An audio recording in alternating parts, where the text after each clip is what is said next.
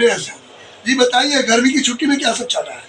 राधे राधे। मैं पंडित प्रेयस और गर्मी की छुट्टी में जैसे कि 8 बजे से 10 बजे तक मेरे म्यूज़िक वाले सर आते हैं, फिर 10 से लेके 3 बजे तक मैं इधर आके जाप करता हूँ, भगवान की पूजा करता हूँ और फिर मैं घर जाता हूँ। 4 बजे से 6 बजे तक मैं ट्यूशन पढ़ता हूँ, फिर ट्यूशन के बाद थोड़ी देर खेलने जाता हूँ, उसके बाद घर में आके हारमोनियम बजा के पढ़ के खाना खा के फिर मैं सो जाता हूँ। वाह वाह, क्या बात है। देखिए, आपका भी दिनचर्या अगर ऐसा होगा तो जैसे ये प्रसन्नचित्त है वैसे आप भी प्रसन्नचित्त रहेंगे। आपके गुरु कौन कौन से हैं? पहले मेरे माता पिता, दूसरे मेरे शिक्षा के गुरु अनेक हैं, जैसे हारमोनियम के, ट्यूशन के, सबके गुरु और स्कूल के, और मेरे दीक्षा के गुरु शंकराचार्य जी हैं। हाँ, क्या इनके दीक्षा गुरु जो है वो शंकराचार्य जी हैं और वो निश्चलानंद सरस्वती जी महाराज हैं। गुरु का नाम नहीं लिया जाता है, इन्होंने कहा शंकराचार्य जी हैं। आपका क्या उद्देश्य है? संगीत में आप बहुत जोर दे रहे हैं, क्या बनना चाहते हैं? कथावाचक बनना चाहते हैं? मैं कथावाचक बनूंगा और मैं गीता भी पढ़ता हूँ, दुर्गा सप्तशती, अनेक पुस्तकें, और उसके द्वारा मैं IAS भी बनूंगा। इनका ये भी है कि मैं IAS बनूं और IAS बन करके देश की सेवा करूं। बहुत ही अच्छी बात है। आप अपना कोई भजन गुनगुना करके जो आपके मन में भी चल रहा हो हमारे दर्शकों को सुनाओ। मेरा आपकी कृपा से सब काम हो रहा है, मेरा आपकी कृपा से सब काम हो रहा है। करते हो तुम कन्हैया, मेरा नाम हो रहा है। करते हो तुम राघव, मेरा नाम हो रहा है। मेरा आपकी कृपा से सब काम हो रहा वाह है। वाह वाह, क्या बात है। मेरा आपकी कृपा से सब काम हो रहा है। और बड़ी बात इन्होंने कही कि माता पिता से लेकर के और शंकराचार्य बहुत कम उम्र में इन्होंने बहुत ही गंभीर बातें कही हैं जो कि काबिल तारीफ है। अब मैं थोड़ा पंडित रंजीत झा जी, स्वागत है आपका न्यूज़ 24 व्यूज में।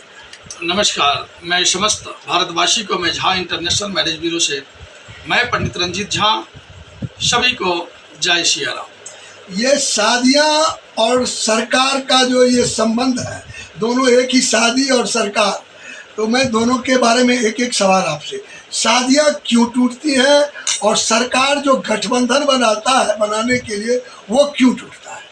देखिए, सबसे पहले जब व्यक्ति के मन में ईगो हो जाए, जब व्यक्ति के अहंकार हो जाए, जब व्यक्ति के जीवन में आवश्यकता से ज़्यादा धन हो जाए, कहते 3 प्रकार के व्यक्ति हर समय कहीं न कहीं डिस्टर्ब रहता है।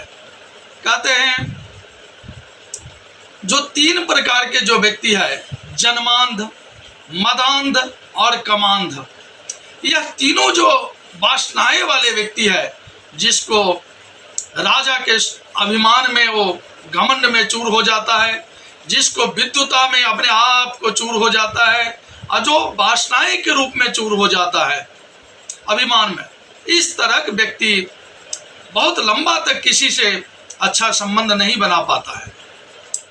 हर समय कभी कभी विश्वास से सरकार चलता है, अब विश्वास से परिवार चलता है।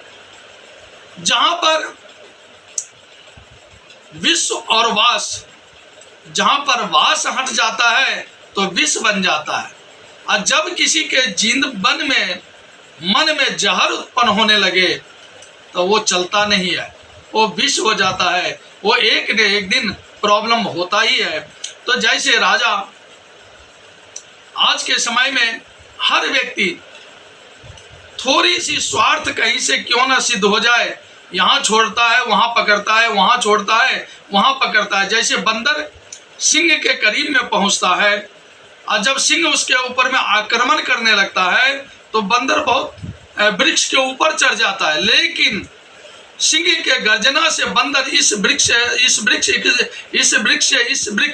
कूद कूद करते करते करते करते अंत में वो थक जाता है और वो गिर जाता है और सिंह का शिकार बन जाता है। तो कहने का मतलब ये है कि मैं ये जानना चाहता हूँ कि अभी जो बिहार में चल रहा है जीतन राम मांझी का प्रकरण, तो उनका क्या चल रहा है, क्या लग रहा है आपको बिहार की कैसी स्थिति? देखिए, बिहार में अभी जो मुझे जो लग रहा है, जो अभी कुछ ही दिन पहले टीवी के माध्यम से, मोबाइल के माध्यम से, यूट्यूब चैनल के माध्यम से मुझे पता चला, जो वो 1710 करोड़ का या कुछ करोड़ का वो फ्लाईओवर था, जो पुल बन रहा था, वो ऐसे ऐसे राजनेता है जो देखते देखते पूरा के पूरा निगल जाता है और उसमें जो है सो गंगा के रेत बच जाता है, बाद में धाराशायी हो जाता है।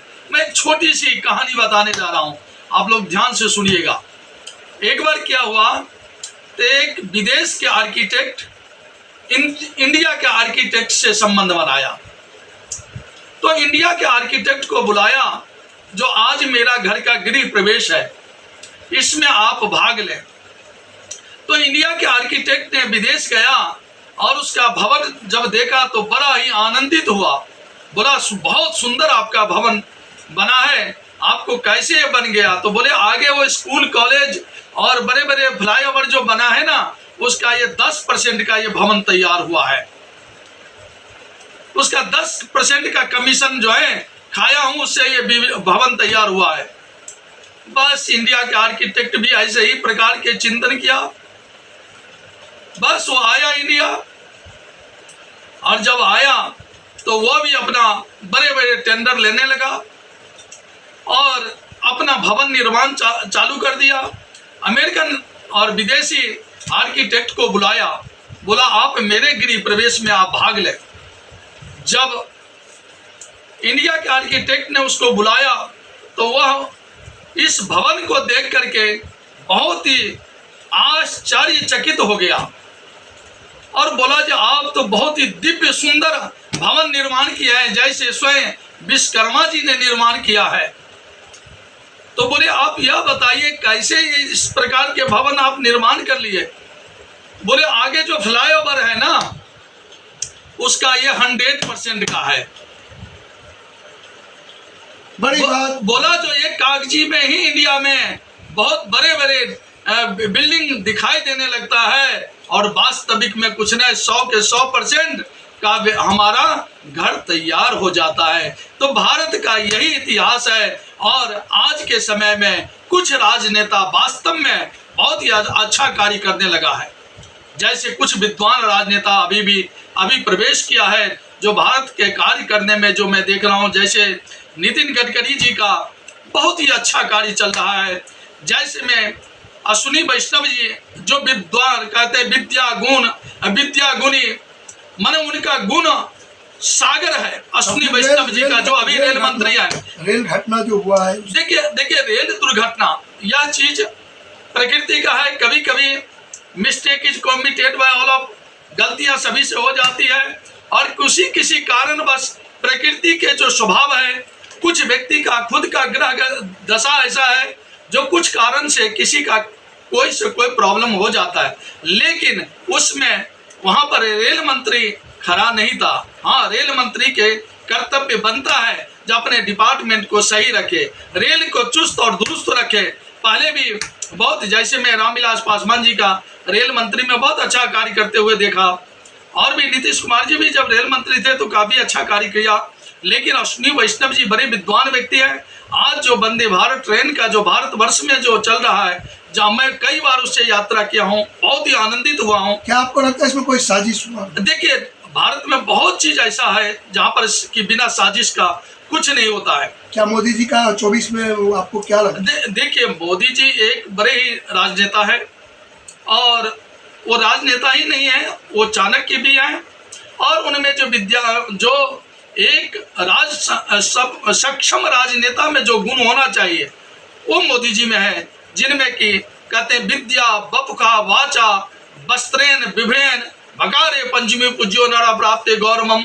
यह जो मोदी जी में पांचों कला से वो परिपूर्ण है, और मुझे लगता है जो उनमें वो 24 क्या ये अंतो गत्वा तक, या जब तक चाहेंगे, जैसे भीष्म पितामह इच्छा मृत्यु प्राप्त किया था, ऐसे ही हमारे भारत के यशस्वी कीर्तिमान और जो है साधुवान प्रधानमंत्री श्री मोदी जी जब तक चाहेंगे तब तक वो प्रधानमंत्री बने रहेंगे। चलते चलते आप एक संत हैं और ज्योतिषी भी हैं, बाबा बागेश्वर के बारे में क्या कहना है? देखिए, आज बागेश्वर जी महाराज युवा महात्मा हैं, युवा विद्वान भी हैं, और जिस तरह से उनका भारत के प्रति श्रद्धा, आस्था, और हमारे युवा जो बच्चे सब कुछ अपने पथ से विचलित होने जा रहा है, उसमें बागेश्वर जी महाराज का बहुत ही हाथ है, और वो इस बच्चे से को पुनः वापस कर लेंगे और अच्छे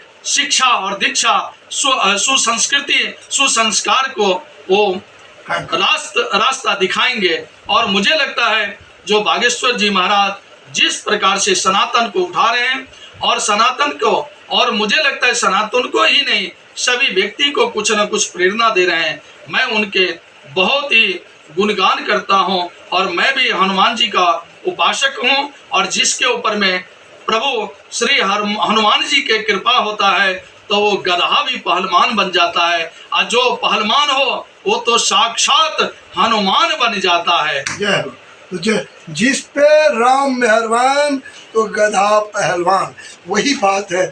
आज हमारे देश के प्रधानमंत्री के ऊपर भी भगवान भोलेनाथ मेहरबान है, देश आगे बढ़ रहा है। इन्हीं शुभकामनाओं के साथ मैं हरिशंकर तिवारी, जहाँ international marriage bureau, stop Kailash, Delhi.